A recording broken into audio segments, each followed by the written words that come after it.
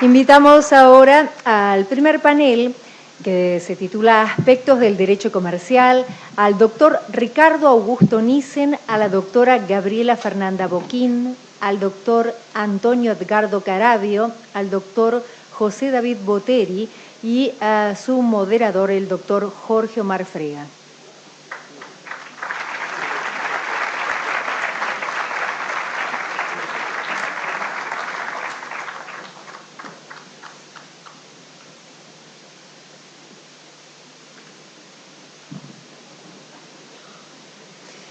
El doctor Jorge Omar Frega es el moderador quien hará la presentación justamente de los panelistas. Les recordamos, mientras se sientan, que el próximo panel es aspectos de la responsabilidad. Después tenemos a las 15 un coffee break de unos minutos, 30 minutos, y después los aspectos de las relaciones de familia.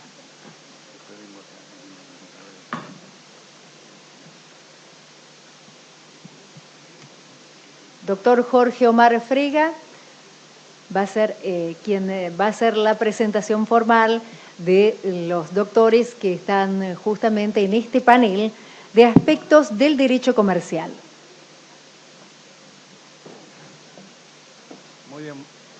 Muy bien, buenas tardes. Les agradezco la presencia a todos ustedes. Venimos bastante bien de tiempo, pero queremos escuchar detenidamente a cada uno de los expositores. Para mí es realmente un orgullo estar moderando rodeado de estas realmente figuras del derecho y de las que van a venir luego, así que algunas de ellas se conocen y tienen su propio reconocimiento público, quizás sea innecesario presentarlas, pero yo personalmente, en este caso como integrante de la colegiación y como presidente de la Caja de Abogados de la Provincia de Buenos Aires, quería agradecer esta oportunidad y esta posibilidad que se le ha dado desde la coordinadora, del Consejo Coordinador de Cajas de Profesionales, de Abogados, perdón, de la República Argentina, de poder realizar este evento, que creo que es un evento que va a ser insignia, que va a ser señero para lo que tenemos que seguir trabajando en el futuro. Estamos frente a un evento, como se ha dicho, bien histórico y doblemente histórico porque estamos aquí reunidos dispuestos a trabajar en defensa de la gente y en defensa de nuestra profesión. Entonces, dicho esto, quiero empezar por la presentación de quienes van a exponer. Vamos a seguir, si les parece bien a los expositores, el orden del... Al final, doctor Nissen. Entonces, empieza la doctora Gabriela Boquín. Su currículum es extenso, pero podemos destacar que es miembro del Consejo de Redacción de la revista Sociedades y Concursos, colaboradora de la revista Societaria y Concursal, secretaria de redacción de la revista de Sociedades y Concursos desde 2010 hasta la actualidad, miembro del Instituto de Derecho Comercial del Colegio de Abogados de San Martín, coordinadora de la Sala de Derecho Concursal del Instituto de Derecho Comercial del Colegio de Abogados de San Martín, miembro de la Comisión de Derecho Comercial de la Asociación de Abogados de Buenos Aires, miembro del Instituto de Derecho Comercial de la Universidad Notarial Argentina, miembro del Instituto Argentino de Derecho Comercial, miembro del Instituto de Derecho Societario del Colegio Público de Abogados de la Capital Federal, a cargo del doctor Ricardo Augusto Nissen, aquí también presente. Además, dentro de sus cargos académicos, es profesora titular de Derecho Comercial en la Universidad Católica de La Plata, sede Bernal, profesora titular de Derecho Comercial en la Universidad Católica de La Plata, sede San Martín, provincia de Buenos Aires. Y además profesora titular en la Universidad Popular de Madres de Plaza de Mayo en materia comercial 2. Además de otros cargos y académicos, y aparte es conferencista, publicista y ha hecho presentaciones de trabajos de investigación en distintos eventos académicos y es reconocida no solo dentro de la provincia de Buenos Aires, sino dentro de todo el país.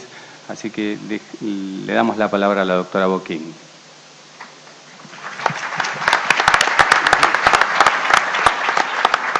Bueno, muchas gracias. Gracias por la invitación a todos los organizadores. Como decían en la introducción, las autoridades de la colegiación, es un gran desafío, estamos frente a un gran desafío. Me entusiasma la reforma y al no haber participado en ninguna comisión creo que lo más sano es abogar por aquello que está bien y criticar o hacer las críticas que sean necesarias en esta etapa, no después de que se haya sancionado porque ya es tarde, sobre aquellas cuestiones que pueden ser corregidas, ¿sí? Estamos hablando de un proyecto de reforma que implica la unificación del derecho civil con el derecho comercial. He escuchado quienes manifiestan de que esto sería la muerte del derecho comercial y yo diría que no, esta es la humanización del derecho comercial. La jurisprudencia, especialmente en la capital federal, porque tenemos una realidad, ya que estamos hablando, y desde aquí mi saludo a todos los colegas del interior, ya que estamos hablando de un código que va a regir en todo el país, ¿sí? Tengamos en cuenta las diferentes realidades. En la capital federal tenemos tribunales comerciales y civiles. Distinta es la realidad de la provincia de Buenos Aires, donde también litigo, además de en la capital, donde los tribunales son civiles y comerciales. Entonces, la jurisprudencia en general, en la capital federal, la jurisprudencia comercial no tenía una sintonía con la jurisprudencia civil, en materias que le eran comunes, como por ejemplo la responsabilidad. En materia comercial tenemos que hablar de la responsabilidad de los administradores, de la responsabilidad del empresario, del comerciante, frente a terceros. Frente a terceros, ¿por qué? Porque generalmente cuando estamos hablando de administradores sociales, el administrador no es quien contrata con el acreedor en forma directa, sino que está la persona jurídica que tiene un patrimonio separado, responsabilidad separada e independiente, pero que es consecuencia hacia obrar de la diligencia, o no, o la negligencia, que tiene el administrador en su gestión. Entonces nos encontramos frente a un sujeto que no contrata directamente, no hay una relación contractual que lo vincula con el acreedor de la sociedad, pero su responsabilidad tampoco es extracontractual, ¿sí? ¿Por qué no es extracontractual? Porque en realidad hay obligaciones que tiene el administrador que debe cumplir conforme pautas legales, hay obligaciones legales a su cargo, que le impone la Ley de Sociedades y el Código de Comercio en la actualidad. Este es un primer problema que quiero destacar en el derecho comercial. Los tribunales en la capital federal no siguieron la moderna doctrina sobre el derecho de daños o el derecho de responsabilidad que tenía o que tiene la jurisprudencia civil.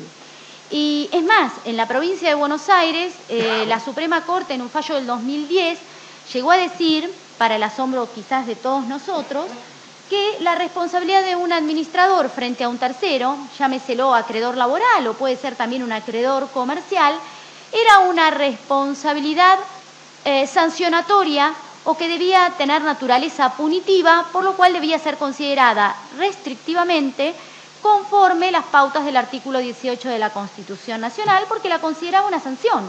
Todos sabemos que el bloque que viene va a hablar propiamente de responsabilidad, pero quiero dedicarle nada más que unos minutitos al tema de la responsabilidad comercial. Todos sabemos que hace años se dejó este criterio de responsabilidad igual sanción o igual pena, ¿no? Estamos ante una responsabilidad que lo que busca es resarcir el daño. Bueno, creo que en este aspecto, ¿por qué se humaniza el derecho comercial? Porque las normas van a ser comunes, siempre fueron comunes, pero lamentablemente la jurisprudencia comercial se tomaba a la ley de concursos o a la ley de sociedades, como ejemplo, que son dos paradigmas legislativos que rigen al sistema concursal, para decir, bueno, al administrador hay que imputarle culpa grave, dolo, y bueno, dolo es solo la intención de dañar, y se tomaban del 1072 para decir que, bueno, no había responsabilidad ante, por ejemplo, una empresa que era absolutamente vaciada, ¿sí? Una empresa absolutamente insolvente, pero sin contabilidad regular, en donde no puedo reconstruir cuál es el estado de situación patrimonial anterior al decreto de quiebra, y los administradores no resultan responsables porque no puedo demostrar la intención de dañar. Fíjense que esto en materia civil, aquellos que hacen civil dicen, pero ¿cómo puede ser? Les cuento que todos los fallos, salvo los de la Sala C en materia comercial, de la capital federal van en este sentido. Bueno, creo que con esto se va a terminar, ¿sí? Ya hay una apreciación única de dolo. El criterio de dolo va un poquito más allá de lo que teníamos en nuestro Código Civil, porque se discutía en materia comercial cómo interpretábamos al dolo, qué es dolo en materia comercial. Y justamente, fíjense, el administrador de una sociedad es un sujeto especializado o profesional que administra bienes ajenos, con lo cual le debo aplicar la pauta más rigurosa conforme el 902. Y se le llegaba a exigir nada más que, para probar que tenía responsabilidad, se le decía, bueno, pero tiene que haber dolo, porque así lo exige el 173 de la Ley de Concurso, ¿sí? O así lo exige el 274 de la Ley de Sociedades, culpa grave o dolo. Y no consideraban aplicable, por ejemplo, el criterio del 506, que hablaba de que había dolo cuando había un incumplimiento, o que habla, porque ya estoy hablando como si fuera pasado, porque creemos que esto puede ser una realidad concreta, este proyecto que habla, o que manifiesta que el dolo, conforme el 506, es aquel que existe en aquel sujeto que incumple deliberadamente una obligación que tiene a su cargo. Y aquel administrador que no lleva contabilidad regular, que no elabora balances, que no pierde los libros, que pierde los libros y no los pone a disposición llegado el momento del tribunal o de los acreedores, que vacía a la sociedad de todos sus activos para dejarla solo con sus pasivos, está claro que está incumpliendo con deberes legales como la custodia del patrimonio, como la elaboración de balance y todas las normas de contabilidad, por lo cual es claramente aplicable el 506. ¿Pero qué decía la jurisprudencia y la mayoría de la doctrina? No, pero el 506 se aplica para la responsabilidad contractual. Bueno, ahora con el Código ya no va a haber, con la reforma al Código no va a haber diferencia entre responsabilidad contractual y extracontractual, y está claro que todas estas normas se van a aplicar claramente al ámbito comercial. Este Código también en materia de derecho comercial, a mi criterio, tiene un gran avance, que es un título preliminar. Ustedes saben que el Código de Comercio vigente tiene un título preliminar, ¿sí? Con 5 artículos. Sabemos también que la valoración de la costumbre en el ámbito mercantil no es igual que en el derecho civil, ¿sí? En este título preliminar puntualmente se establece en el Código de Comercio.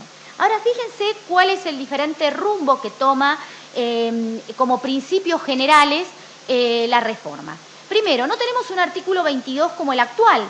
En nuestro artículo 22 del Código Civil decimos que es derecho las normas explícitas y las implícitas.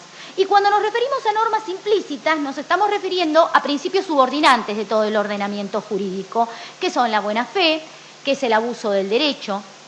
¿Quién duda hoy que el abuso del derecho, tan discutido en su momento, que tanto se lo combatió a Borda cuando lo introdujo en la reforma de la 7711, quién duda hoy que el abuso del derecho, la teoría del abuso del derecho no es un principio subordinante de nuestra legislación?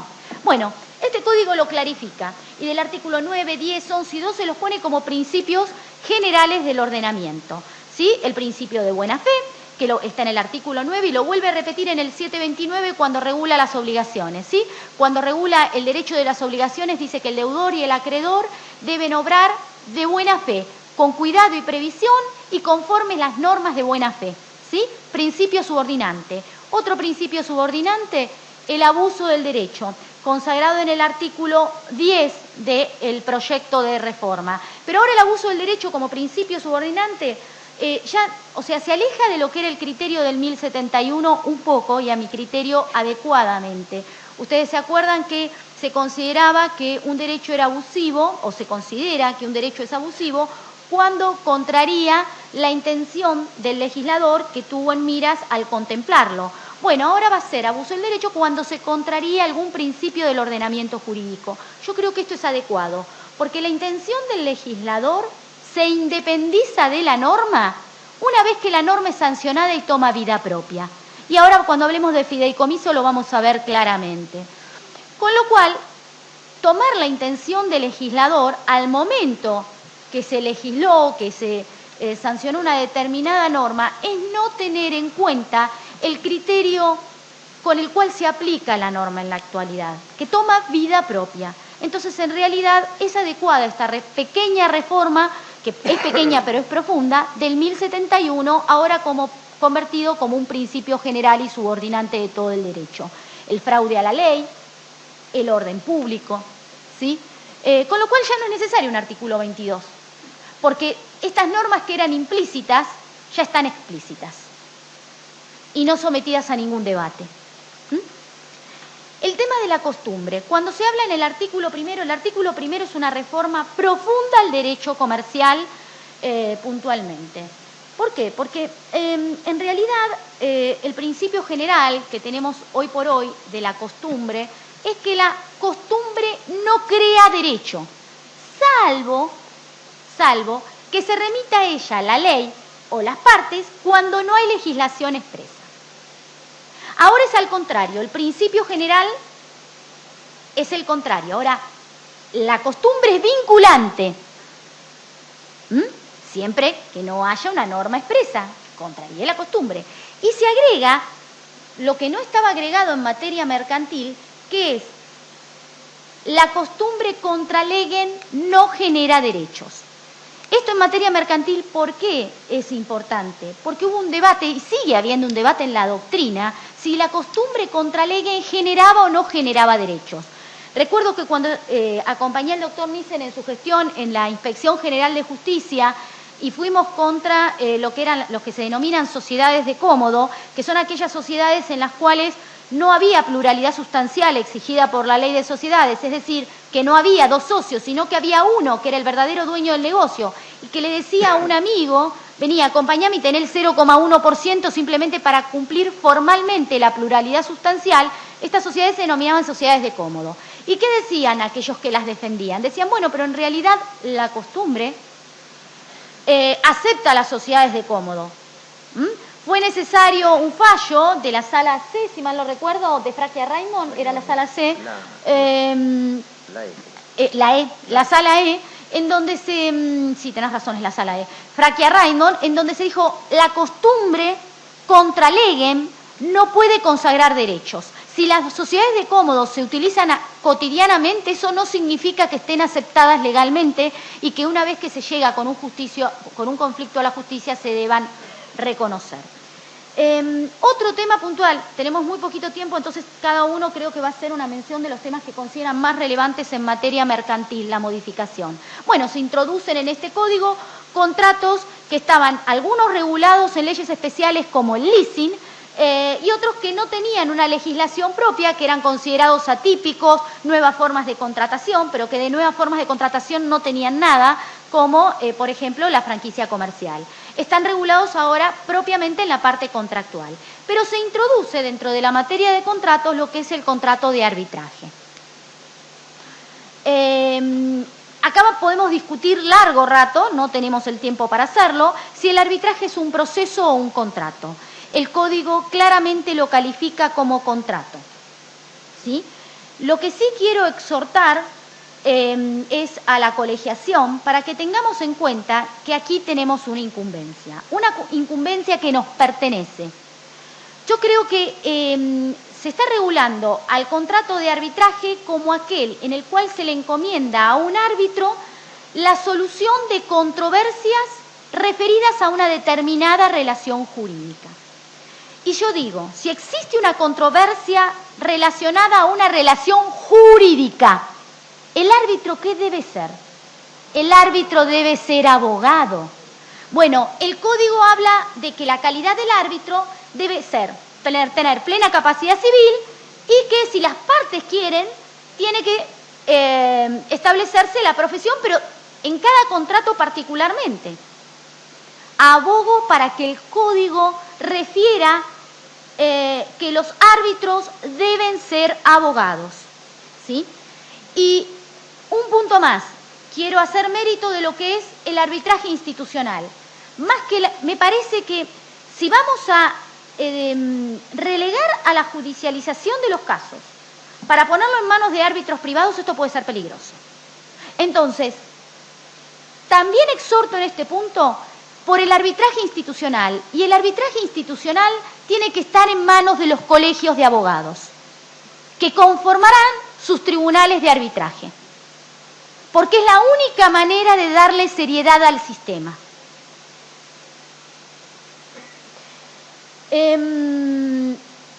Respecto a otro punto, el tema del fideicomiso. Y voy a tocar temas relacionados a incumbencias profesionales en un punto, ¿sí? Comerciales, pero referidos a incumbencias profesionales. El fideicomiso, ustedes saben que fue regulado por la Ley 24.441 y tenía una finalidad en nuestro derecho, que era fomentar la construcción. Como recién decíamos, generalmente las instituciones legisladas se desprenden de la intención del legislador. Y a mi criterio contra legem, los fideicomisos eran utilizados para llevar adelante verdaderos emprendimientos comerciales o empresariales. Esto se utilizó mucho, por ejemplo, en el campo, digamos, los emprendimientos o explotaciones agropecuarias utilizaban al fideicomiso y el fideicomiso era una verdadera empresa. Esto nos llevó a que se llevara a discutir en muchos congresos y jornadas si el fideicomiso tenía que estar sujeto o no a la ley de concursos. Sí, se llegó a decir si era un sujeto concursable, pero si no hay sujeto en el fideicomiso. Como mucho podemos discutir si es o no un patrimonio de afectación, que para mí su naturaleza es que es un patrimonio de afectación, un contrato que genera un patrimonio de afectación. Bueno, ahora el proyecto lo trata como contrato y revelando o poniendo, digamos, por escrito lo que es una práctica habitual, acepta que el objeto de este contrato, que el objeto de este contrato sean universalidades, con lo cual ahora está aceptando que se realicen emprendimientos comerciales, explotaciones empresariales a través del fideicomiso, porque el objeto pueden ser universalidades. También se genera o se regula lo que es el fideicomiso de garantía, que no estaba regulado en la 2441, pero que en la práctica se utilizó aún como propuesta concordataria en los concursos. Bueno, se lo regula legalmente y se trata de la insolvencia del fideicomiso. Se dice claramente que al ser un contrato no lo puedo concursar, ¿sí? No está sujeto a un concurso, no es un sujeto concursable, tampoco lo podemos concursar como patrimonio de afectación, porque en nuestro sistema concursal tenemos el concursamiento de patrimonios de afectación, como es el patrimonio del fallecido, ¿sí? Que es concursado a través de sus herederos, no lo puedo concursar, pero le saca la liquidación al fiduciario, porque, digamos, el gran error que contenía la ley de fideicomiso es que la liquidación la ponía en manos del mismo fiduciario, que era el responsable de la insolvencia. ¿Cómo define la insolvencia el proyecto? Insuficiencia de bienes para responder a las deudas, ¿sí? No propiamente lo que es un estado de cesación de pagos, pero lo pone, lo judicializa. Dice que el juez competente va a entender en esta liquidación. Lo que no nos dice es quién va a ser el liquidador. Nos dice que somete el procedimiento, que el juez va a elegir el procedimiento conforme la ley de concursos y quiebras. Y acá, ojo, porque se puede colar la sindicatura concursal. Y yo creo que esta es una incumbencia que tenemos que defender. La liquidación del fideicomiso en manos de abogados, ¿sí? Por eso les digo que en todos estos temas trato de observar el tema de la incumbencia relevante. No se dice cuál es el procedimiento aplicable, porque en la ley de concursos hay varios procedimientos de liquidación. Es más, la 26.684 estableció una manera de continuar la explotación a través de una cooperativa y luego liquidar los bienes. ¿Voy a poder hacer una cooperativa cuando el objeto del fideicomiso es un emprendimiento comercial, una explotación industrial? Estos son interrogantes que a mi criterio deberían estar saneados y específicamente regulados. En materia de privilegios creo que es muy sano, esto es una influencia directa a nuestro sistema comercial, porque todos sabemos que los privilegios en la práctica se aplican más que en las ejecuciones individuales en los juicios de carácter universal. Guarda una sintonía con la ley de concursos y resuelve algunas cuestiones que la ley de concursos no resolvía, como la prelación, por ejemplo, del crédito prendario con el crédito laboral, diciendo que el crédito prendario en realidad está por sobre el crédito laboral que haya nacido con posterioridad a la constitución de la prenda. Tiene algunos errores la reforma, porque habla también de la prelación de las expensas respecto del crédito laboral, y yo digo, nunca va a haber conflicto entre el crédito laboral Y las expensas, porque si estamos hablando de privilegios especiales, es decir, que es donde se da propiamente la competencia, porque si no es a prorrata, ya termino, las expensas se asientan sobre un bien determinado, un bien inmueble, y en cambio el asiento del crédito laboral especial son maquinarias, materias primas y mercadería. Nunca va a haber competencia, con lo cual no entiendo por qué se regula el tema de las expensas. Último, y para cerrar el tema, ya que hablamos de incumbencias, a mi criterio, asociaciones civiles se las regula adecuadamente, se establece un órgano de fiscalización, se establece que el órgano de fiscalización tiene que estar compuesto por profesionales con título habilitante. ¿Qué profesionales? No se dice. Defendamos también esta incumbencia. Órganos de fiscalización en asociaciones civiles deben ser los abogados. Bueno, quiero agradecerles, creo que este código tiene muchísimas cosas buenas, refleja práctica cotidiana que no está regulada, simplifica materias como la de privilegios, como la de la prescripción y la caducidad, se regula la caducidad la aplicábamos en la práctica, en la ley de concursos, en la ley de sociedades, pero era una construcción doctrinaria. Ahora se regula la caducidad del derecho, ¿sí? Me parece sano en todos estos puntos, pero no dejemos avasallarnos en nuestras incumbencias profesionales, porque los que trabajamos todos los días con este código que va a regir nuestras relaciones patrimoniales y familiares, somos nosotros los abogados. Gracias. Muchas gracias por tu exposición. Lamentamos el tiempo que tenemos acotado. Rápidamente vamos a pasar a escuchar al doctor Antonio Caravio, actualmente presidente del Colegio de Abogados de San Isidro, especialista en asesoramiento jurídico de empresas de la Universidad de Buenos Aires, con juez de la Suprema Corte de la Provincia de Buenos Aires, director provincial de Relaciones Laborales de la Provincia de Buenos Aires desde el 2003 al 2004, coordinador académico del Instituto de Derecho del Trabajo y de la Previsión Social del Colegio de Abogados de San Isidro 2000 a 2002, miembro fundador y titular del Instituto de Filosofía del Derecho del Colegio de Abogados de San Isidro del 2003, docente y expositor en los ciclos regulares de especialización en el Derecho del Trabajo del Colegio de Abogados de San Isidro, ex docente de la Cátedra de Derecho del Trabajo y de Seguridad Social de la Facultad de Ciencias Económicas de la Universidad de Buenos Aires y además participante de distintos trabajos y publicaciones relacionados con el derecho del trabajo y con lo que tiene que ver con el tema de las incumbencias, que es un poco lo que lo convocamos a hablar hoy. Lo escuchamos.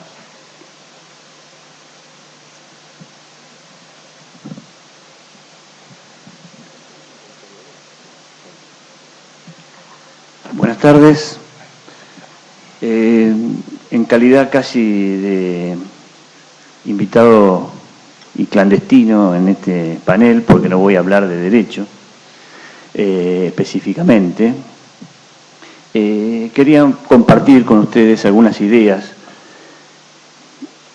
sobre las cuales deberíamos trabajar y generar conceptos luego referidos a las incumbencias.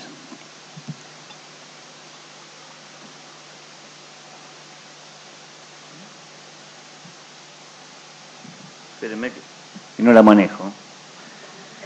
Bueno, hay un enfoque tradicional de nuestras incumbencias en las cuales nosotros compartimos algunas áreas de encuentro.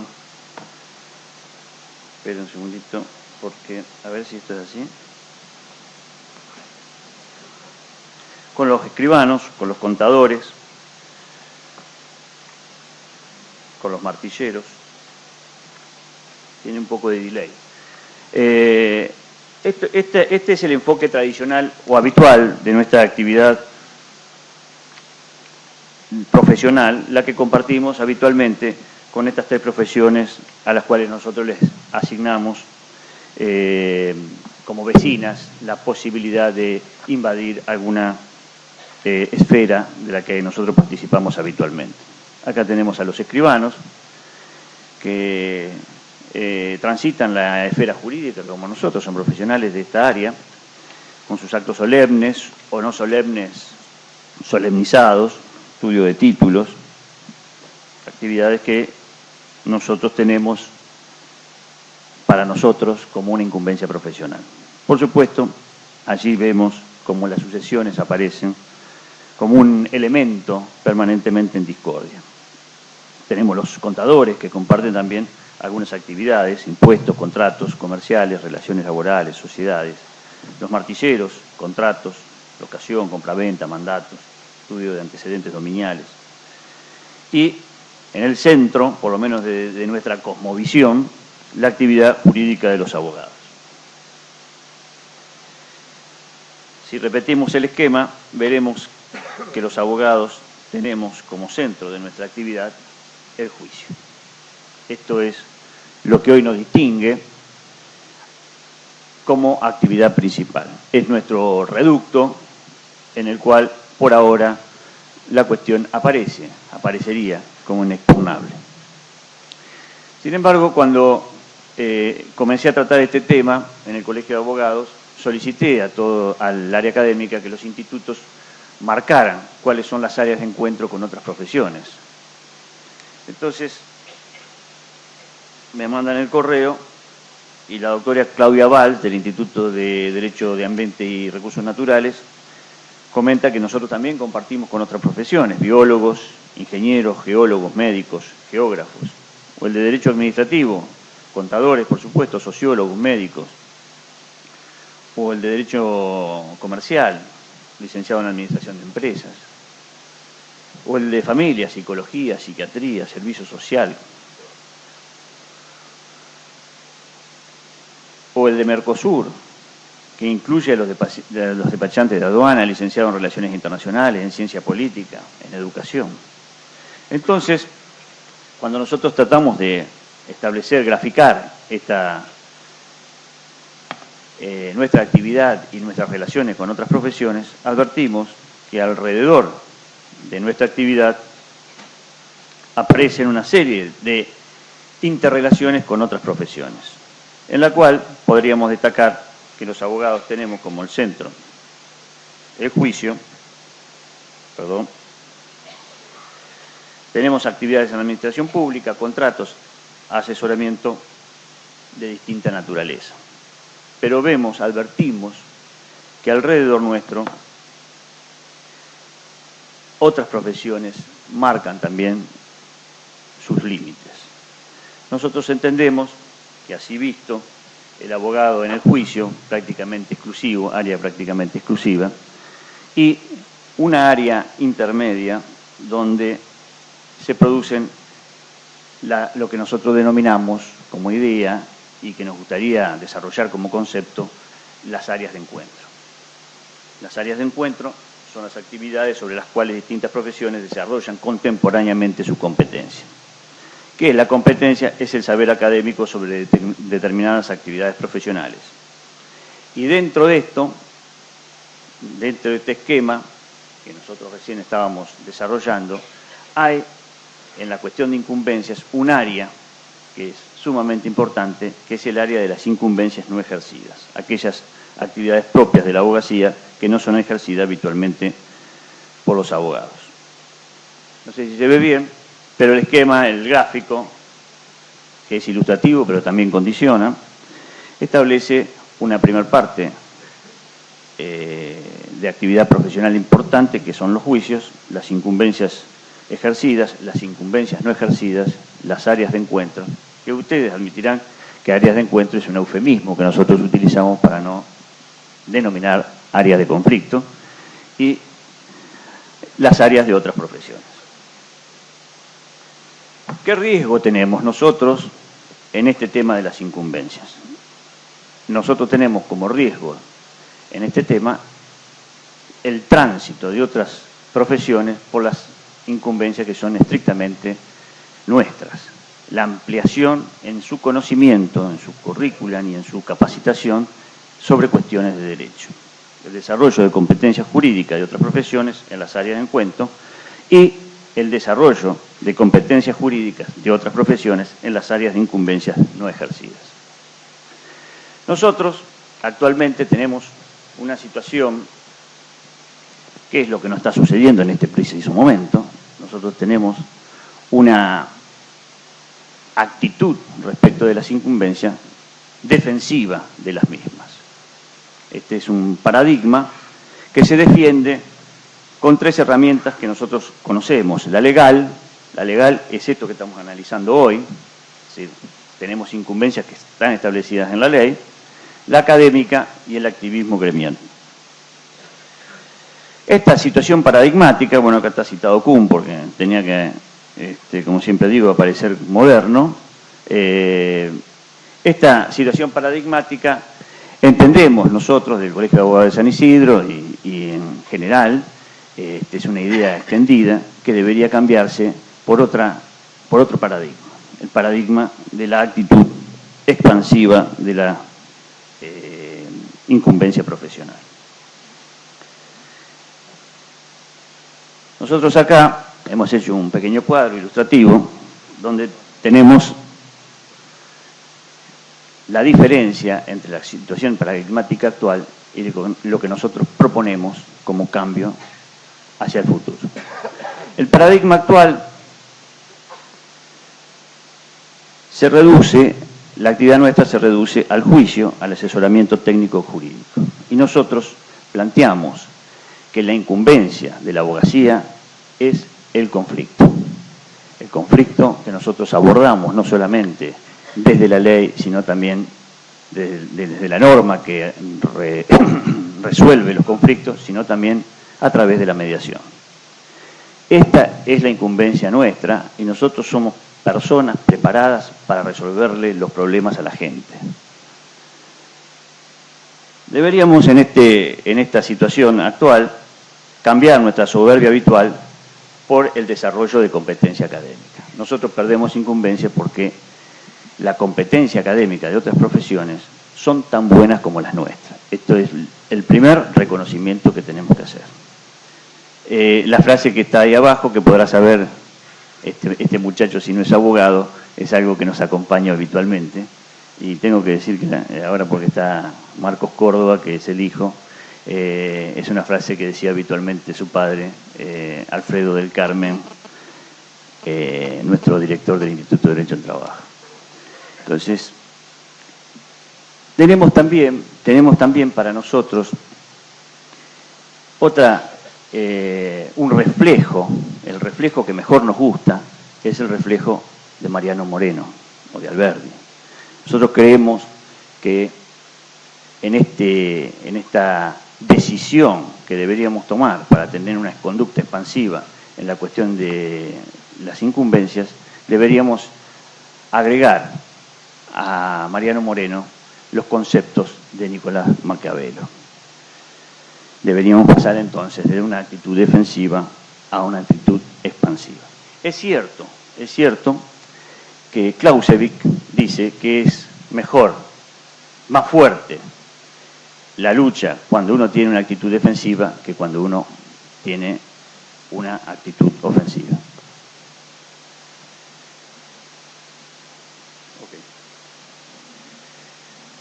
Este nuevo paradigma de la abogacía intentaría entonces confirmar la confirmación de nuestras actuales incumbencias, avance sobre las áreas de encuentro y avance sobre las actividades no reguladas.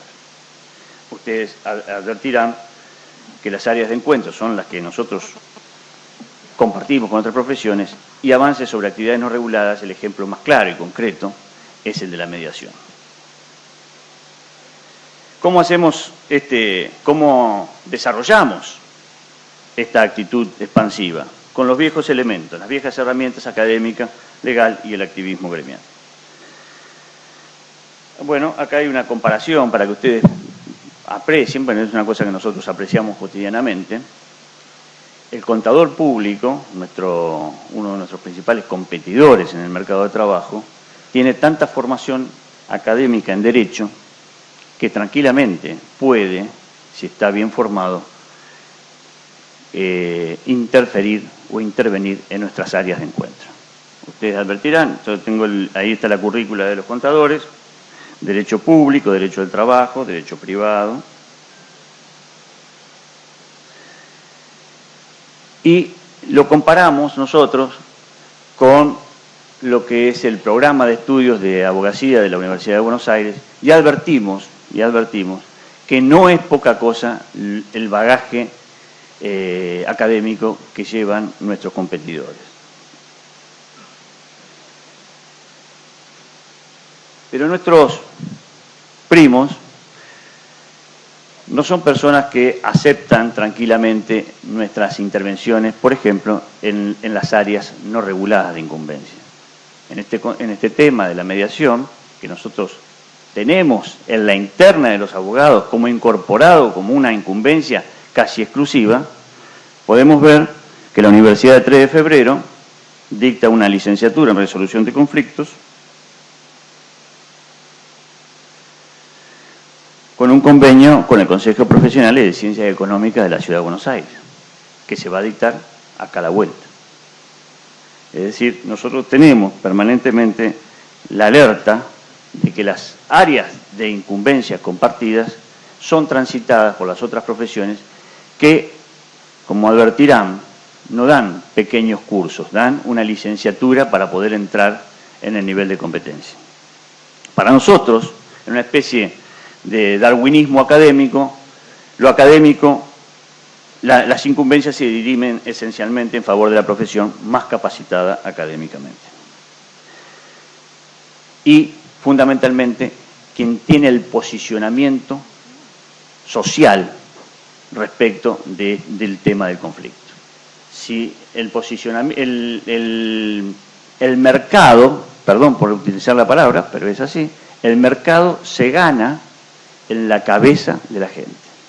Nosotros tenemos que desarrollar un posicionamiento de avanzada, expansivo, para que la comunidad entienda cuáles son nuestras incumbencias y los beneficios de consultar a un abogado. Para esto, volvemos a Maquiavelo, esta es una opinión personal, son solo ideas, es interesante solamente para debatir. Entendemos que hacia afuera el posicionamiento tiene que ser a partir de el temor a tener perjuicios si no se consulta a los abogados. Si nosotros nos presentamos como unas buenas personas, no van a venir a nosotros. Los hombres ofenden antes al que aman que al que temen. Tenemos que avanzar. Entonces, para este esquema de posicionamiento expansivo, nosotros tenemos que avanzar sobre una herramienta imprescindible que es el mapa de las incumbencias. El Colegio de Abogados de la Provincia de Buenos Aires el año pasado aprobó la apertura de un concurso para desarrollar el mapa de las incumbencias. Nos cuesta enormemente plasmar lo conceptual, objetivarlo en alguna demostración que lo haga entendible y fundamentalmente que lo haga transmitible. El mapa de las incumbencias que nosotros debemos desarrollar es imprescindible porque los que vienen detrás de nosotros, como me tocó a mí, solamente tienen la memoria que le transmiten los demás. La menos noble de las virtudes del intelecto es el fundamento por el cual se pasa de generación en generación nuestros fundamentos para luchar por las incumbencias. No sé si me llamó la atención, creo que en la Biblioteca Mitterrand en París hay un globo terráqueo muy grande, no sé si ustedes lo han visto, y después hay un globo que marca los cuerpos celestes, pero hay un globo terráqueo que se hizo en el año 1600 por una persona que no tenía la posibilidad de haber transitado por ningún lado, y es asombroso ver cómo tiene marcado el río Paraná, una persona que nunca estuvo acá, el río Uruguay, cómo marca el Chaco, con las imperfecciones de los mapas de esa época. Y lo difícil que nos resulta hoy por hoy a nosotros hacer un mapa, objetivar nuestros conceptos sobre las incumbencias. Entonces, me parece que esta es una tarea que deberíamos desarrollar en este contexto. Por supuesto, una vez que tenemos el mapa de las incumbencias, volvemos a utilizar las mismas herramientas, la legal, la académica y el activismo gremial. ¿Qué es una actividad académica que favorezca una actitud expansiva? Bueno, tenemos que ir a los bordes. Nosotros debemos ir, los colegios de abogados, las instituciones, las organizaciones de la abogacía, tienen que ir a los bordes de nuestra profesión. Tiene que ir al fideicomiso, tiene que ir a la administración de personal, a la administración de consorcio, como por ejemplo el colegio público. Nosotros estamos haciendo una clínica de liquidación de sueldos el martes que viene en el colegio. Tenemos que avanzar sobre las incumbencias no ejercidas, en la cual el derecho fiscal debe ser el paradigmático. Esto es lo que nosotros tenemos que promover como actitud gremial. Buscar el borde académico para que ampliemos nuestros horizontes. Esto después creo que está más adelante. A ver, no es una cuestión solo trabajo. No es solo trabajo la incumbencia. El saber científico, la totalidad del saber científico, se aplica posteriormente en actividades específicas. Se desarrolla luego en saberes específicos. Nosotros creemos que la comunidad, que la sociedad, está mejor protegida por la persona que aborda ese saber científico. Nadie dudaría aquí que nosotros no podríamos recetar, ni hacer una intervención quirúrgica. Está muy claro que el saber científico de la medicina abarca la profesión de los médicos. Bueno, lo que es conflicto debe ser abarcado por la abogacía, porque el saber científico ha aplicado los conceptos y el desarrollo de este saber en nuestra profesión. Otra cuestión que nosotros deberíamos ver, que ya lo habíamos dicho, tener un doble estándar de comunicación. En la interna nosotros, Mariano Moreno, Gualberdi, en la externa, solo para discutir Nicolás Maquiavelo. Solo para discutir la idea entre nosotros, ¿no? Ahora,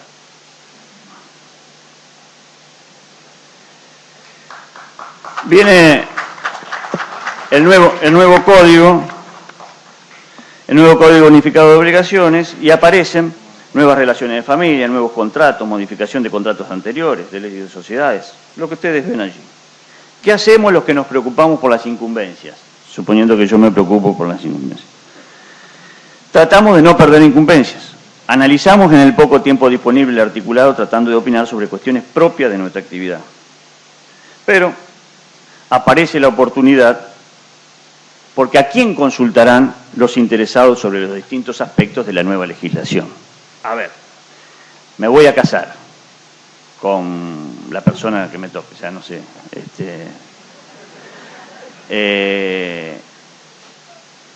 y me van a preguntar, ¿va al régimen de gananciales o va al régimen o va a tener un régimen particular? Y entonces el hombre se da vuelta y dice, ¿a dónde voy? Al abogado, parecería, o al contador, porque que me lleva los billetes, o al escribano, porque que me va a hacer la escritura pública. Bueno, ahí tenemos nosotros tenemos frente a esta nueva normativa un riesgo, porque es una oportunidad y es un riesgo. Estamos en condiciones de ganar terreno, no se ve ahí, arriba dice ganar terreno, tenía poca fe, se ve. Ganar terreno, conservar terreno o perder terreno. ¿Cómo lo hacemos? ¿Cómo hacemos para ganar o conservar? Recurriendo a nuestras viejas herramientas, el activismo gremial, la actividad académica y la difusión de nuestras incumbencias. Los colegios, nosotros entendemos que los colegios y cajas de abogados deberán estar 24 por 365 informando académicamente y generando una difusión de la actividad de los abogados para posicionarlo en la mente de los clientes actuales o futuros. Es la tarea, porque cuando el terreno está delimitado y no podemos salir de allí, cuando las condiciones externas no resultan manejables para nosotros, corresponde enfrentar la situación con nuestras viejas armas. Lo hacemos por los abogados, no solo por los abogados. Cuando defendemos las incumbencias, lo hacemos convencidos que somos la mejor opción para atender los problemas de los habitantes, que hemos sido preparados para ellos y por eso nos corresponde atenderlos. Esto que no parece advertirse, o que tal vez sí, estamos todas las profesiones vinculadas en la misma línea de largada. Las organizaciones profesionales deberán desarrollar las actividades de difusión y esclarecimiento sobre la nueva normativa. Un segundito que tengo que pasar ahora.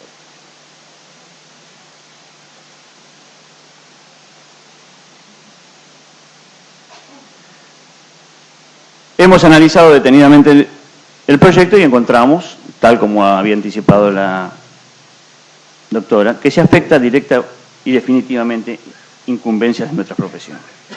Así, en las conclusiones de la Junta Extraordinaria de FACA de mayo del 2012, se llama la atención sobre algunos aspectos. Excesivo requerimiento de escrituras públicas en actos que no merecen tal formalidad. Ausencia de requerimiento de asistencia letrada. Honorarios profesionales. Ausencia de limitación a las prácticas desleales en el ejercicio de la profesión. La modificación de la acción repersecutoria.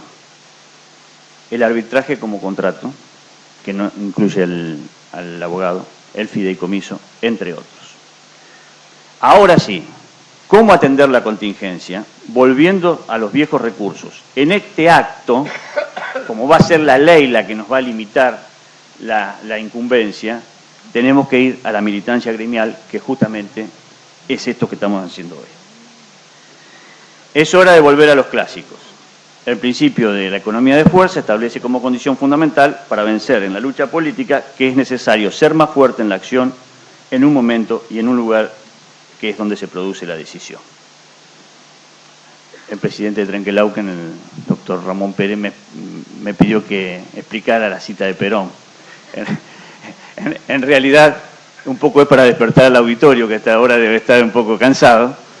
Y por otro lado, que esta cita técnica no es inocente, sino porque este es el tránsito político que tenemos que hacer en este momento. Esto nos lleva, indudablemente, bueno, son algunos conceptos, esto nos lleva a definir, por ejemplo, hoy, cuál es el centro de gravedad donde nosotros debemos desarrollar la acción y producir estos pequeños títulos que he anotado, que son conceptos más desarrollados: continuidad de esfuerzo, congruencia en la acción, plan de acción, la realización del plan, la perseverancia en la acción, la convicción de que el plan hay que cumplirlo, porque la obra está en las realizaciones, y accionar siempre. Y hoy, en esta oportunidad, saberse jugar entero. Ustedes podrán pensar que tal vez el expositor exagera, pero yo le quiero mostrar cómo nuestros primos, los contadores, que nacieron al amparo, al abrigo de la Facultad de Derecho, tienen unos hermanos de sangre, que son los licenciados en Administración de Empresas, que se forman con Sun Tzu, el arte de la guerra.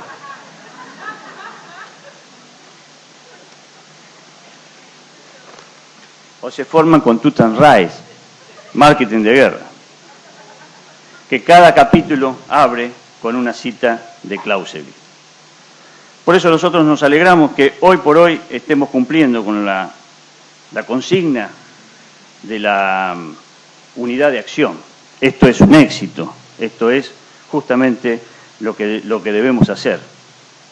Y charlábamos con el presidente del Colegio de Provincia hoy sobre qué hacer en este momento. Y el capítulo 2 de Tut and Rise dice que hay que usar el mayor número posible de tropas, debe entrar en acción en el momento decisivo. Muchas gracias.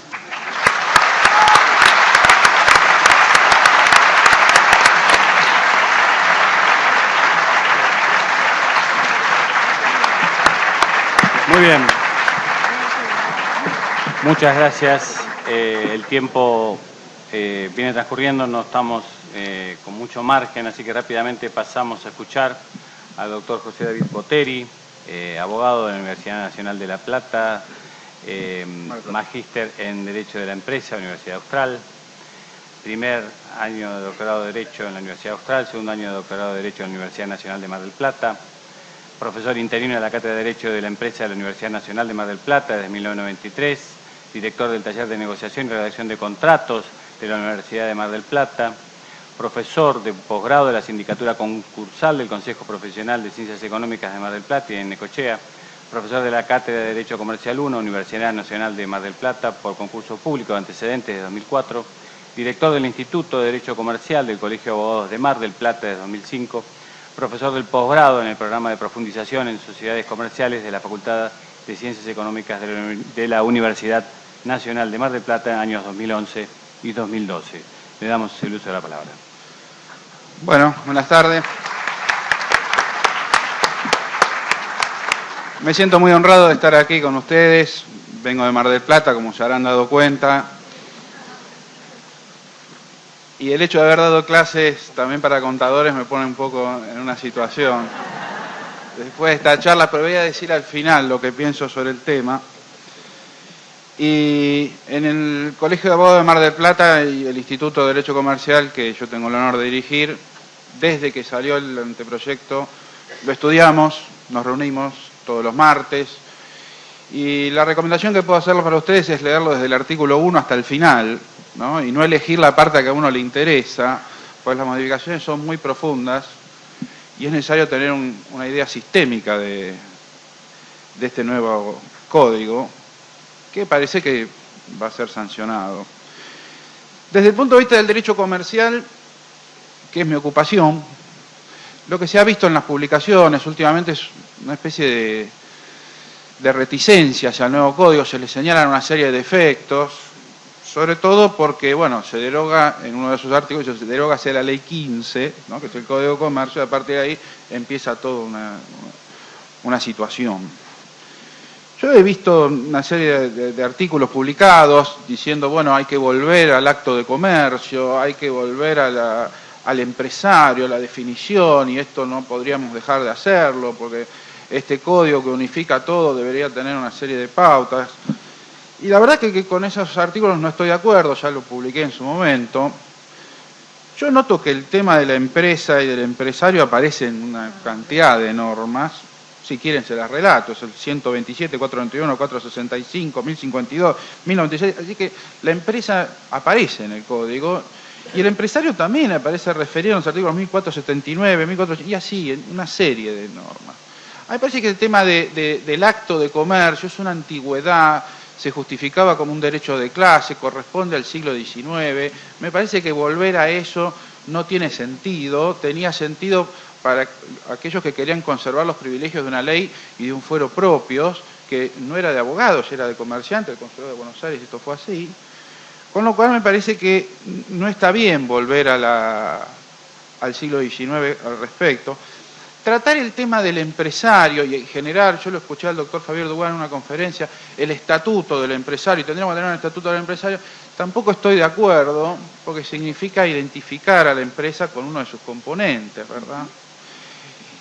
Y sería un poco también retornar al siglo pasado, por lo menos al siglo XX, donde, bueno, ustedes recuerdan, el Código Italiano del 42 hablaba del empresario y mucha legislación se trató de inspirar en eso. Y si ustedes recuerdan que en el Código de Vélez los trabajadores, porque no había ley de control de trabajo, estaban contenidos en la locación de servicios, digamos, el uso y goce del trabajo humano remunerado, esa sería la idea. Creo que el hecho de que no retornemos al pasado y dar un avance, me parece que este código va en ese sentido. Pero de todas maneras me parece a mí que y al instituto en donde hemos estudiado estos temas, que es el de Mar del Plata, me parece que se olvidan que la empresa es un sistema social, como lo es la familia. Imagínense ustedes legislar la familia a partir de los derechos de los padres y olvidarse de los hijos. Bueno, esto sería lo mismo. Me parece que la empresa es un sistema que se integra con los trabajadores y con los propietarios de capital o los empresarios. Me parece que uno de los problemas más serios de este código es no tender un puente con la legislación social, con la legislación del trabajo. Ustedes recordarán que la empresa está nominada en el artículo 5 de la Ley de Contrato de Trabajo y definida, como también el tema del empresario. Es decir, la legislación social, la legislación del trabajo tiene un puente hacia el derecho comercial Y me parece que el código nuevo no tiende un puente hacia eso, y me parece que la situación es bastante grave. Y voy a referir algunos artículos para que ustedes lo adviertan. El primero que voy a tratar es el tema de los salarios, por ejemplo. El problema de salarios es un problema habitual en las empresas. Si ustedes se fijan, el artículo 772 del Código Unificado, que fue modificado de una manera rara, porque en el anteproyecto era una norma que trataba de evitar la aplicación de índices de precios, de índices generales de precios.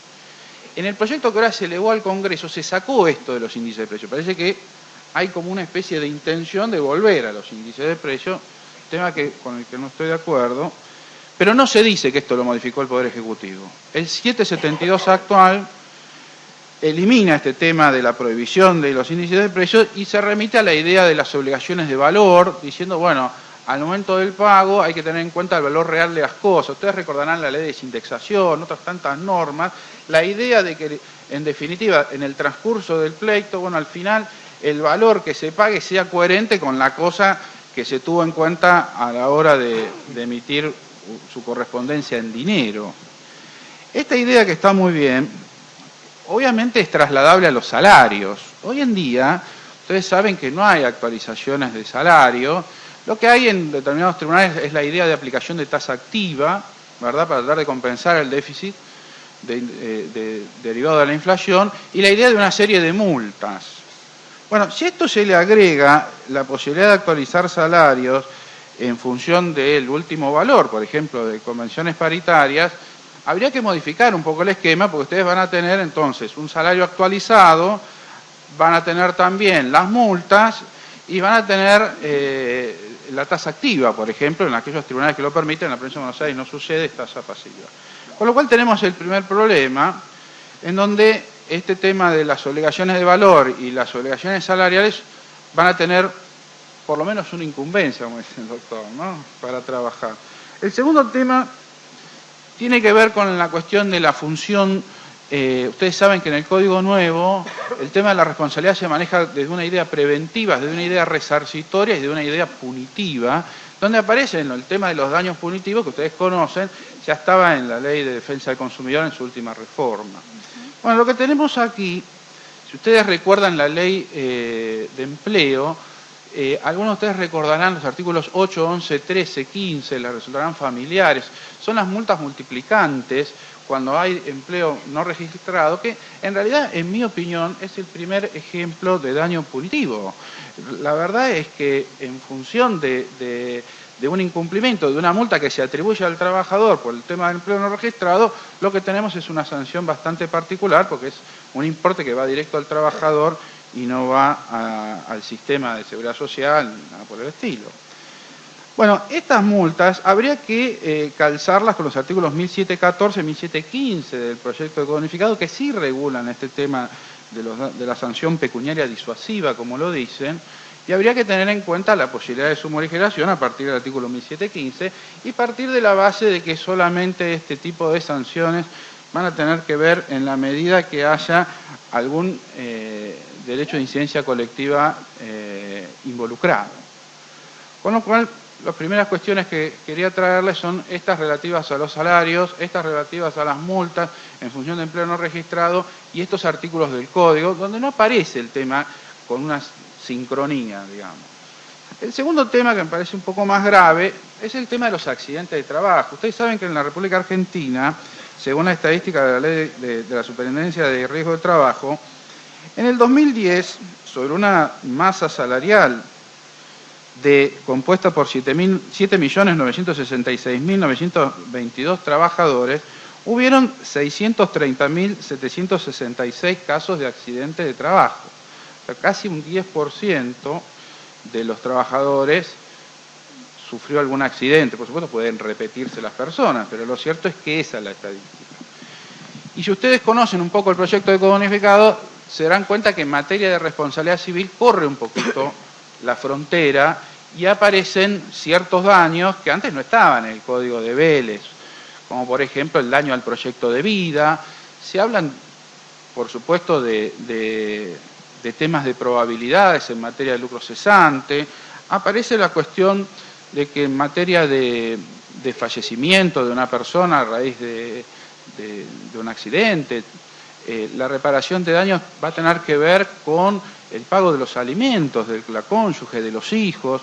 Lo mismo va a suceder en el caso de las lesiones, en donde hay una modificación muy importante porque, digamos, hay una especie de tarifación de la cosa.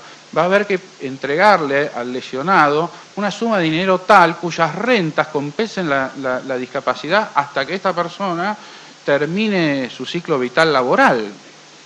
Esas modificaciones, que son, a mi modo de ver, un progreso en muchos casos, resulta que con un artículo 39, el de la Ley de Riesgo de Trabajo, y la jurisprudencia del caso Aquino, que ustedes recordarán, que habla de la inconstitucionalidad de la aplicación de la Ley de Riesgo de Trabajo en aquellos casos en donde no hay una reparación plena, como lo establece este código, bueno, parece claro que todo accidente de trabajo en Argentina, corriendo los límites de la responsabilidad civil, va a tener esta situación establecida por la Corte, es decir, la inconstitucionalidad en la aplicación.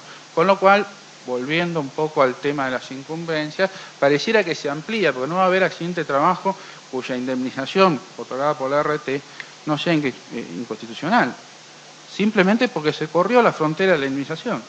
Es así. Obviamente hay alguna serie de cosas más que analizar, que son muy profundas y que tienen que ver con cómo el Código concibe algunas cuestiones vinculadas con la realidad.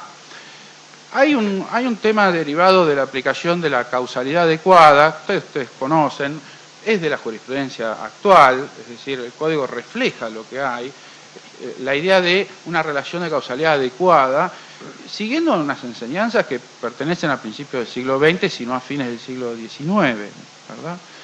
Y hay un artículo bastante particular que habla de presunciones de causalidad, es decir, la posibilidad de que directamente no se investigue muy bien qué pasó, se presume que pasó el daño por esto.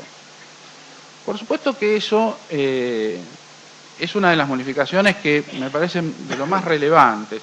Primero porque el tema de la causalidad en otras ciencias fue superado hace mucho tiempo. Ustedes saben que el tema de la causa, del efecto que se remonta a Aristóteles y que sigue una serie de tradiciones, en otras ciencias ya no se trata, ¿no?, de ese modo. Se hablan de funciones, se hablan de mecanismos, se habla de cosas mucho más precisas.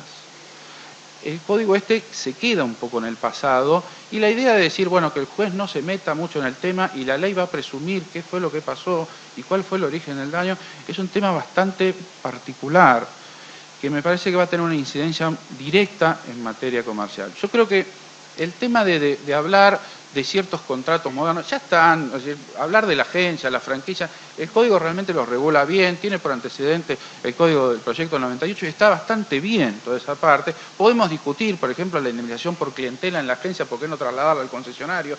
Hay una serie de cuestiones en materia comercial que son discutibles del código, pero en materia comercial lo más grave es este tema de la responsabilidad, cómo se va a aplicar. Porque en materia de obligaciones, en la actualidad y de responsabilidad, los dos códigos están unidos. No podemos decir que no. Ahora, estas modificaciones van a impactar en toda la economía.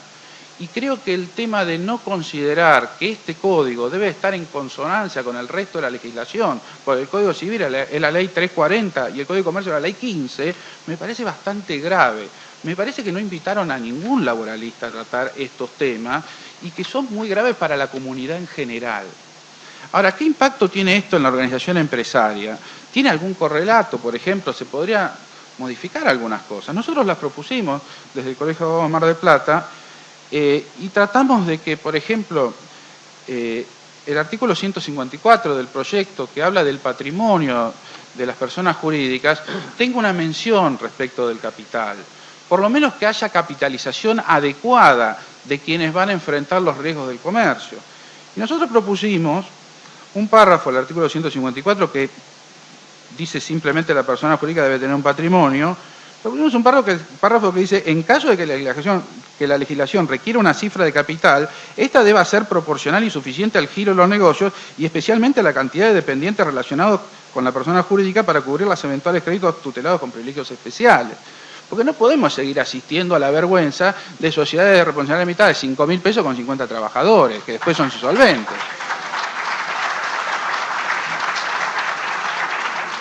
El 1 de agosto al menos se modificó el artículo 186 de la Ley de Sociedades y se estableció un capital mínimo para sociedades anónimas de 100.000 pesos. Lo cierto es que esta es la capitalización inicial, que me parece bien que se haya modificado, pero el capital tiene que estar en función del tiempo y del espacio. Es decir, la sociedad tiene un desarrollo en el tiempo y al menos tiene que haber alguna proporción entre las personas. Si vamos a imponer obligaciones más gravosas en materia salarial o de indemnizaciones de accidentes de trabajo a las empresas, por lo menos deben tener el capital adecuado. Sobre todo porque hay una regla moral que nosotros en los colegios de abogados conocemos, y es que en las organizaciones la gente tiene que dejar más de lo que saca. Fíjense lo que pasa en los colegios. Aquellos que trabajan activamente sacan menos rédito de lo que dejan y por eso son instituciones que perduran. Y nosotros tenemos que tratar de que las empresas tengan la misma idea, que es una idea muy antigua. No estoy diciendo nada nuevo, sino que por lo menos el capital debe responder a las contingencias de riesgo que se están trabajando. Después, en materia de responsabilidad de administradores, de sociedades, ustedes vieron que el Código también modifica un poco la Ley de Sociedades. La verdad es que no hay una innovación muy relevante. Lo cierto es que se sigue en la idea del buen hombre de negocios. Ustedes saben que es un personaje que se autodefine, porque buen hombre de negocios es como es y es un buen hombre de negocios. No hay una definición del tema. Y si uno mira el resto de la legislación comparada, y uno ve que las normas norteamericanas, inglesas, italianas, tratan de establecer una serie de pautas y de principios de actuación en función de ciertas preferencias. Por ejemplo, si ustedes toman el artículo 309 de la ley inglesa, digamos, los padres del capitalismo, van a ver que dice: los directores deben tener en cuenta el interés de los trabajadores.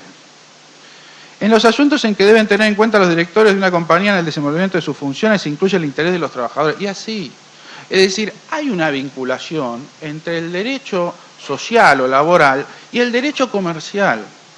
Las veces que he dicho esto en otros ámbitos, por supuesto, es fácil que me digan, bueno, vos sos un laboralista, no te dicen así. Lo cierto es que no sé qué pretenden, que el capital lo fije un tribunal de trabajo.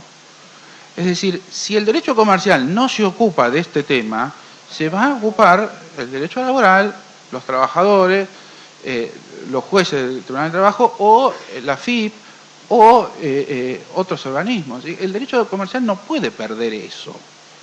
A mi modo de ver, en el artículo 159 de este proyecto y en la ley 19.550 en su modificación al artículo 59, me parece que los directores tienen que tener por función proteger el medio ambiente, respetar los derechos de la comunidad en que se desenvuelven, tener en cuenta el interés de los trabajadores en relación de dependencia con la sociedad y tutelar el interés social, cuidando además el interés particular de los socios que le integran.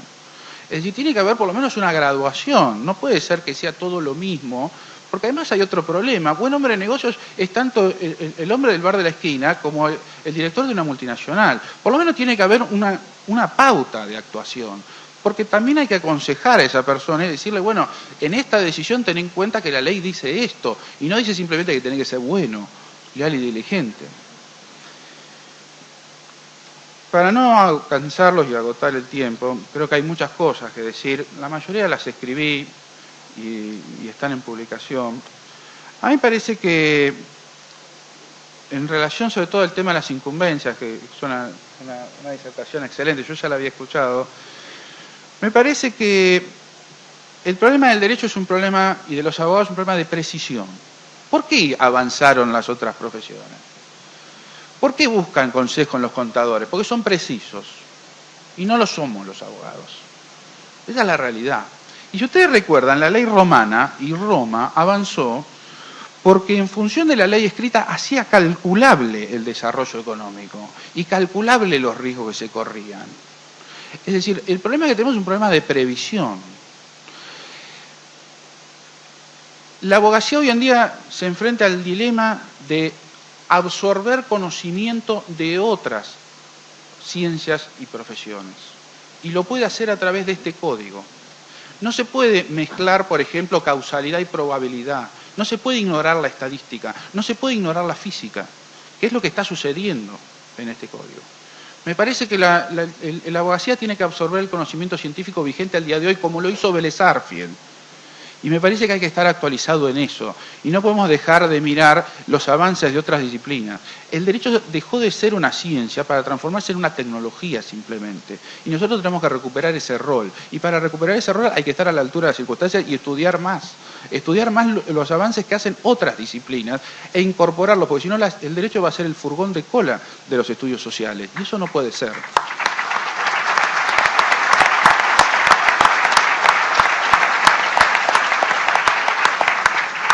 Bueno, minuto cero. Muchas gracias a todos por escucharme.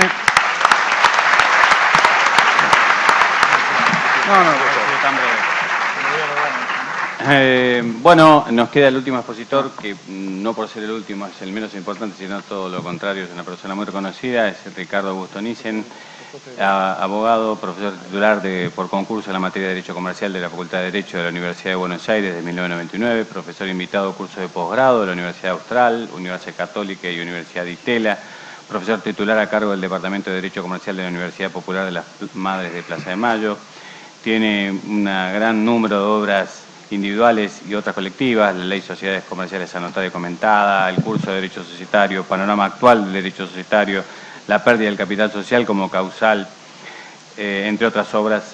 Es integrante de la subcomisión de estudios de proyecto de unificación de Derecho Civil y Comercial, cuya comisión general fue designada por el Senado de la Nación en 1989, integrante de la comisión de elaboración del anteproyecto de ley de sociedades anónimas deportivas, designada por el Ministerio de Justicia de la Nación en 1998, director de la revista jurídica Doctrina Societaria y Concursal, director de la revista jurídica Revista de las Sociedades y Concursos, presidente de la Fundación de la Investigación del Desarrollo de las Ciencias Jurídicas. Bueno, es mucho más lo que puedo decir. Aquí me detengo a pedido inclusive de su mismo autor, con quien los dejo, y le pido lamentablemente que tenga la mayor brevedad posible. Muchas gracias.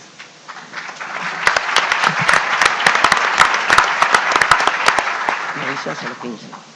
Bueno, buenas tardes a todos. Les pido disculpas, me levanté de la cama y así que posiblemente me quede sin voz durante el curso de la conferencia, pero intentaré llegar al final porque es muy importante el momento que estamos viviendo. Y se estaba reformando el Código Civil, está reformando el cuerpo de normas, el cuerpo privado de normas más importantes que rige la vida diaria, no el Código de Comercio, que es para los comerciantes o para algunos civiles. No, rige la vida diaria. De manera que venimos acá para decir lo que pensamos, no vamos a ser políticamente correctos, sino que vamos a decir estrictamente lo que pensamos. Antes que nada quiero decirle que yo estoy muy agradecido a la comisión que se encarga de este proyecto, porque los doctores Kamelmacher de Carlucci, Hayton de Nolasco y Lorenzetti me invitaron a participar de la subcomisión de personas jurídicas, de manera que participé en algo, puse mi granito de arena, puedo decir el día de mañana que he sido legislador de algo. Y yo creo que esto va a salir, creo que hay un consenso de que tiene que modificarse el Código Civil, pero me da la impresión que esto es lo que vale, estas reuniones, lo que va a pasar en el Congreso, el análisis de la Comisión Bicameral, todo lo que podamos aportar y estudiarlo desde ahora. Para mí, y no quiero dejar de decirlo, para mí le falta un proceso de maduración de 6 meses a 1 año, hay que agregarle algunas cosas, hay que modificar otras, y me parece que para eso estamos acá.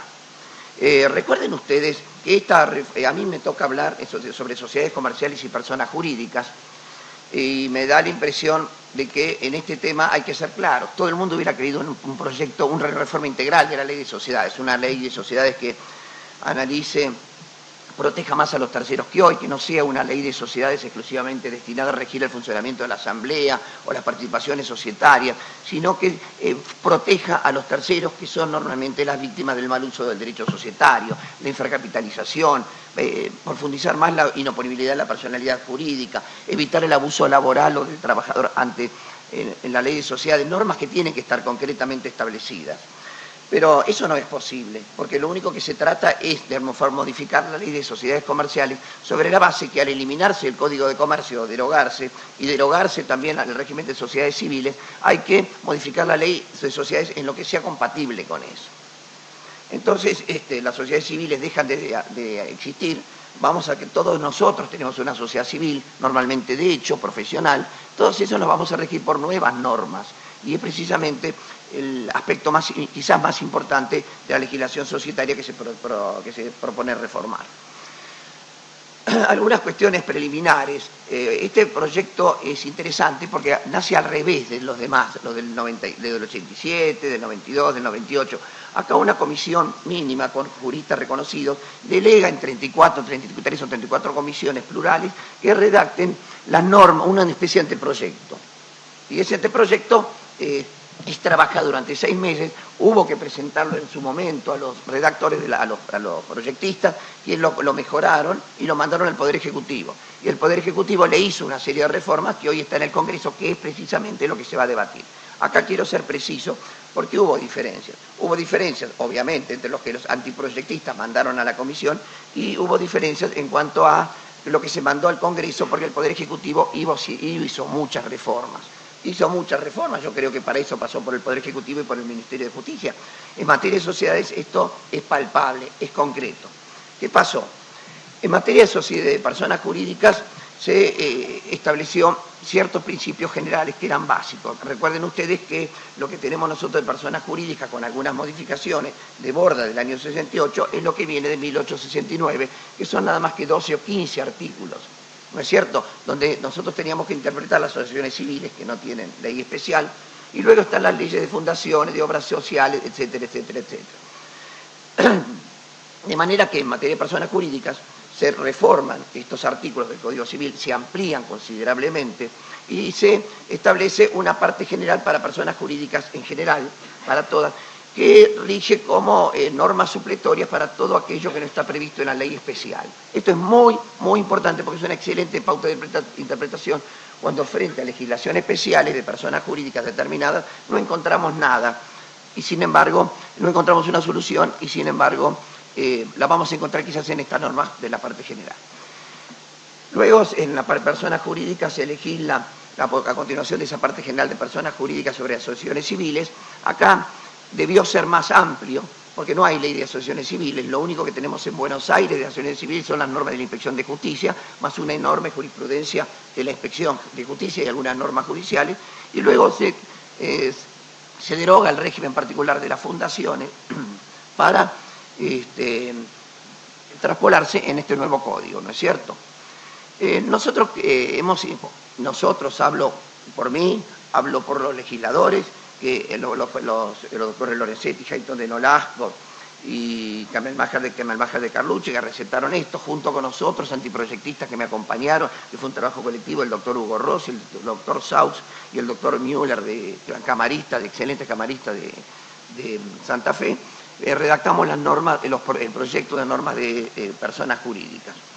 Yo les quería mencionar que intentamos legislar para el vulnerable, intentamos legislar para aquella persona que es siempre el perjudicado en las relaciones societarias y en las relaciones contractuales en general.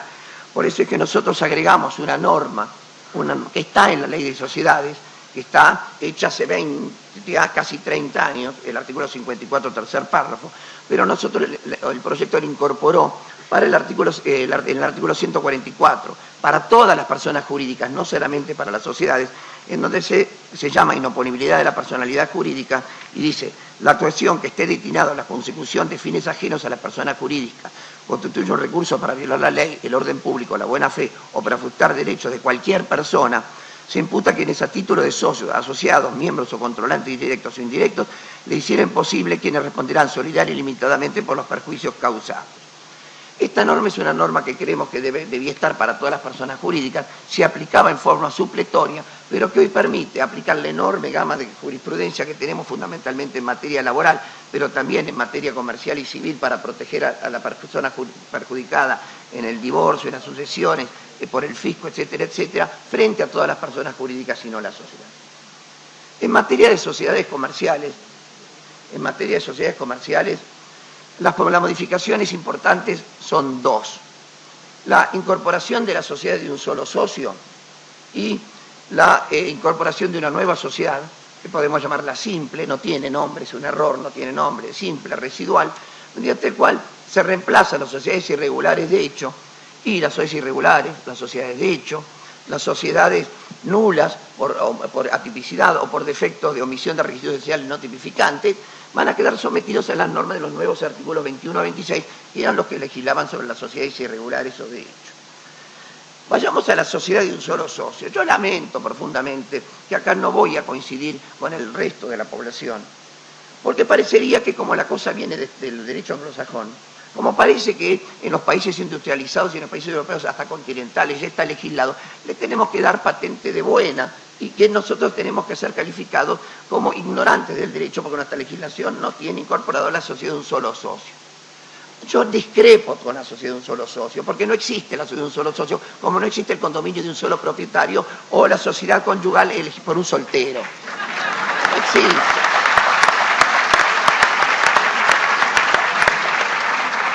Pero parece, señores, que para cierto sector de la doctrina comercialista más conspicua, los juristas o los abogados podemos apartarnos del léxico común, o sea, del sentido ordinario que dan las palabras, para tener nuestro léxico propio. Y esto es un gravísimo error, porque no somos intérpretes de lo que siente la gente, y el derecho es para la gente común, para que entienda. Lamentablemente no son las épocas de hoy, no me quiero convertir en un permanente protestón, pero ustedes entienden la sentencia. ¿Ustedes le han dado alguna vez como abogados a su cliente una sentencia para que lea?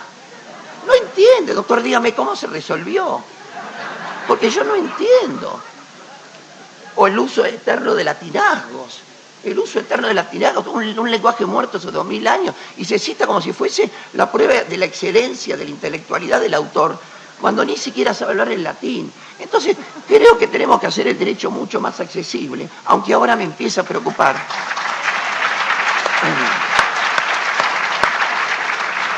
Discúlpenme. Ahora me empieza a preocupar el artículo 1 de este proyecto, donde se le da a la jurisprudencia un valor que no tiene. Es cierto, reconozco, señores, que el artículo 1 puede disparar para cualquier lado y puede ser sujeto de muchas interpretaciones. Pero si nosotros conjugamos el artículo 1, que le da un valor casi de fuente directa del derecho a la jurisprudencia, y luego tenemos en cuenta que se derogó el artículo 3 del título primero del Código de Comercio, que prohibía a los jueces dictar disposiciones o normas generales, encontramos o podemos llegar a la conclusión que a partir de este momento hay ciertas doctrinas judiciales que no están consagradas en un texto legislativo, van a tener quizás un efecto o una supremacía supralegal por sobre la ley, ¿no es cierto? Y esto es o sobre los tratados, y esto es realmente muy preocupante. Tengo mis reparos sobre este artículo 1 y a la magnificación de la jurisprudencia. Pero vayamos a la sociedad. ¿Por qué no estoy de acuerdo con la sociedad de un solo socio? No por una cuestión semántica solamente, porque en mi experiencia como abogado de más de 35 años en el ejercicio de la profesión, como profesor de la facultad y como ex inspector general de justicia, me di cuenta que las sociedades de un solo socio siempre tienden a perjudicar a la persona más vulnerable. Son como las sociedades offshore o como los fondos que vienen del extranjero, que nunca he descubierto uno de ellos que tienda a beneficiar a alguien que tenga un buen sentido o una buena finalidad. Nunca he visto, así como nunca he visto una sociedad offshore detrás del cual no hay un negociado o un fideicomiso, salvo algunos públicos en donde uno no se sienta mal olor. La sociedad de un solo socio tiene un enorme espectro, que van desde el marido que utiliza la sociedad de un solo socio para poner todos los bienes a su nombre y de proteger a la mujer en la disolución y liquidación de la sociedad conyugal, o la sociedad de un solo socio utilizado por el causante cuando quiere desheredar a un heredero forzoso que no quiere. Todos los que estamos acá sabemos para qué se utiliza la sociedad de un solo socio. Después recorremos todo el marco y vamos también a las sociedades constituidas en el extranjero que quieren venir a la Argentina por el 123, que es gravísimo, o sea, para participar en sociedades locales, constituyendo una sociedad de un solo socio, con lo cual van a tener la sociedad extranjera la limitación de la responsabilidad porque van a constituir sociedades anónimas, ¿no es cierto?, escapando a la sucursalización del 118 de la Ley de Sociedades, que prevé la responsabilidad solidaria y limitada de la casa matriz, con lo cual la sociedad de un solo socio, de una manera o la otra, se va a convertir en una fuente de trampas, algo que nosotros podemos prescindir con solo legislar a la empresa individual de responsabilidad limitada, y con eso nos evitamos todos los problemas. No comparto la sociedad de un solo socio, y menos el argumento que dice que aprovechemos la jurisprudencia de sociedades para incorporar. ¿Qué tiene que ver? Bueno, aprovechemos la jurisprudencia de compraventa y también, señores, por favor. Hay veces, bueno, no me lo quiero dejar. La segunda calificación, lo segundo que les quiero decir es este tema de la nueva sociedad, ¿no es cierto? ¿Está bien que eliminemos a la sociedad irregular o de hecho? No, No está bien, porque las aguas hay que dejarlas quietas cuando no causan problemas. Tenemos que reformar aquello que da problemas. Pero si todos los argentinos sabemos de hace 100 años cómo manejarnos frente a una sociedad de hecho. Los socios son ilimitados y solidariamente responsables por las obligaciones de la sociedad y podemos demandar solidariamente a ellos, ¿no es cierto? Porque, en definitiva, ¿para qué tocar este tema? Porque los legisladores dicen, para agrupar en su seno a toda una serie de sociedades que no hay que liquidarla. Porque ¿para qué liquidar a las nulas por atipicidad cuando a lo mejor hay fuente de trabajo o conservación de una empresa que vale la pena mantener, ¿no es cierto? No hay que liquidarlos cuando hay una idea económica. Estoy de acuerdo. Pero el régimen no es coherente, no me opongo, no quiero ser una viuda, como les dije, de la legislación, porque como son las viudas de los que siempre critican y no creo que podemos mejorarlo porque la idea es buena. Pero resulta que en estas nuevas sociedades, llamémoslo simple, residual o como quieran llamarla, la responsabilidad no es solidaria y limitada, sino que es mancomunada y por partes iguales, porque viene, abreva del Código Civil, de la responsabilidad del Código Civil. Y ustedes saben perfectamente que esta responsabilidad mancomunada no goza del beneficio del beneficio de la exclusión, pero en definitiva siempre va a estar mejor que la responsabilidad solidaria e ilimitada que tiene un socio de una sociedad colectiva, por ejemplo, de manera tal que aquellos que no cumplen con las formalidades, que incurren en una sociedad atípica, violan la ley en el sentido de no respetar las formas, están normalmente mucho mejor que los socios de algunos tipos, como la sociedad colectiva o a las sociedades de personas. Y creo que esto merece que nosotros tengamos que hacer una reforma para ajustarlos a la realidad. Hay otros logros también importantes, como por ejemplo el tema que antes se podía reconducir el contrato social cuando la disolución era por vencimiento del plazo. Hoy la reconducción se puede hacer frente a cualquier causal de disolución y también se puede hacer hasta el momento de la cancelación de la inscripción, no hasta la inscripción del liquidador, que era una etapa que el legislador de la ley 22.903 puso y que me parece caprichosa. De manera tal que la ley de sociedades avanza en muchas soluciones. El artículo 30 permite a una sociedad por acciones participar no solo por acciones, sino también en una sociedad de responsabilidad limitada y contratos asociativos. Y yo creo que, en definitiva, el proyecto, con algunos retoques, con algunos toques de horno, son favorables.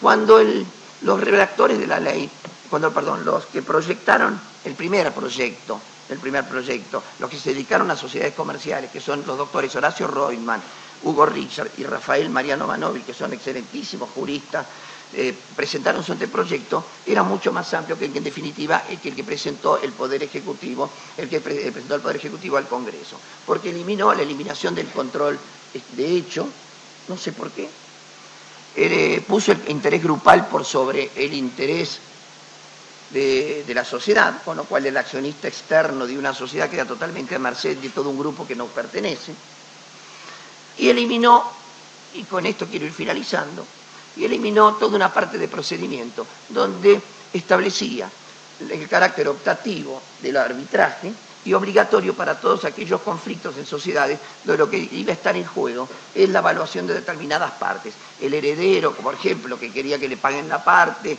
o el residente que se iba de la sociedad disconforme con la decisión societaria y que discutía el valor de su parte, todo eso era obligatorio someterlo al arbitraje.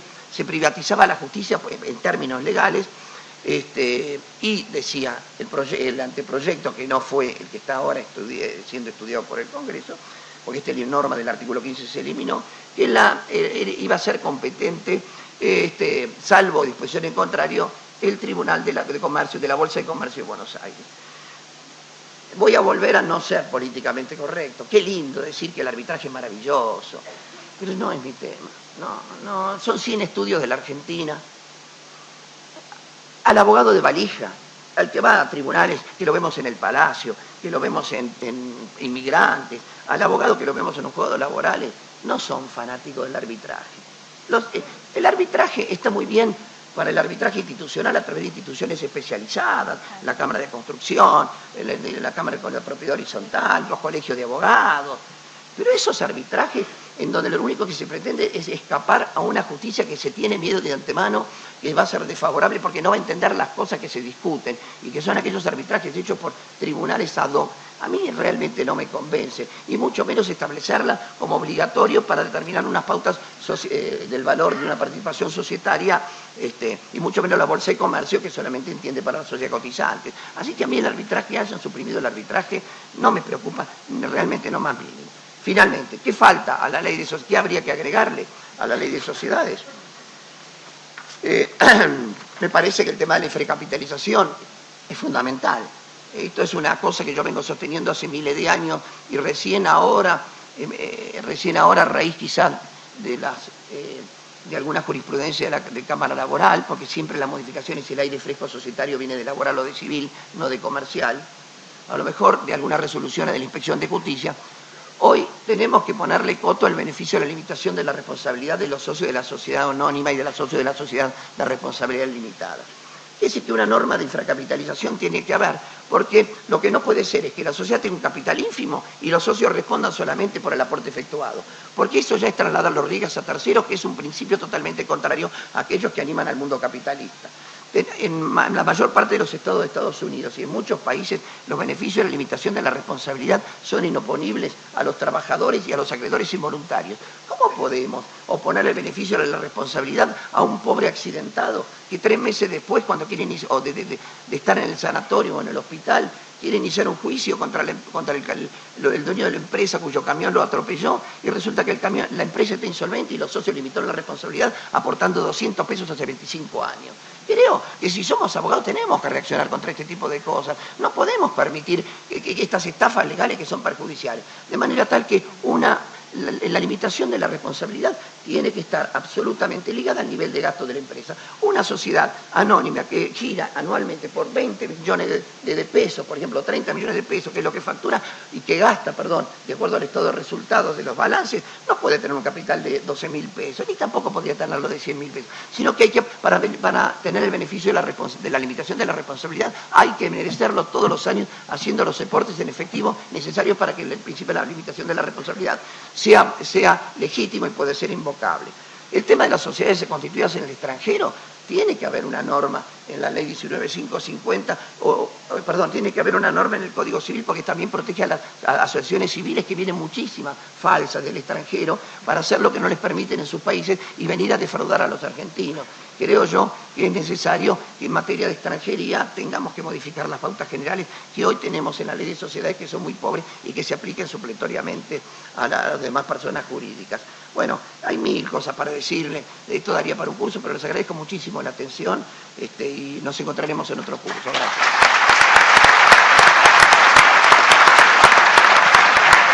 Muchas gracias, damos por terminado este panel.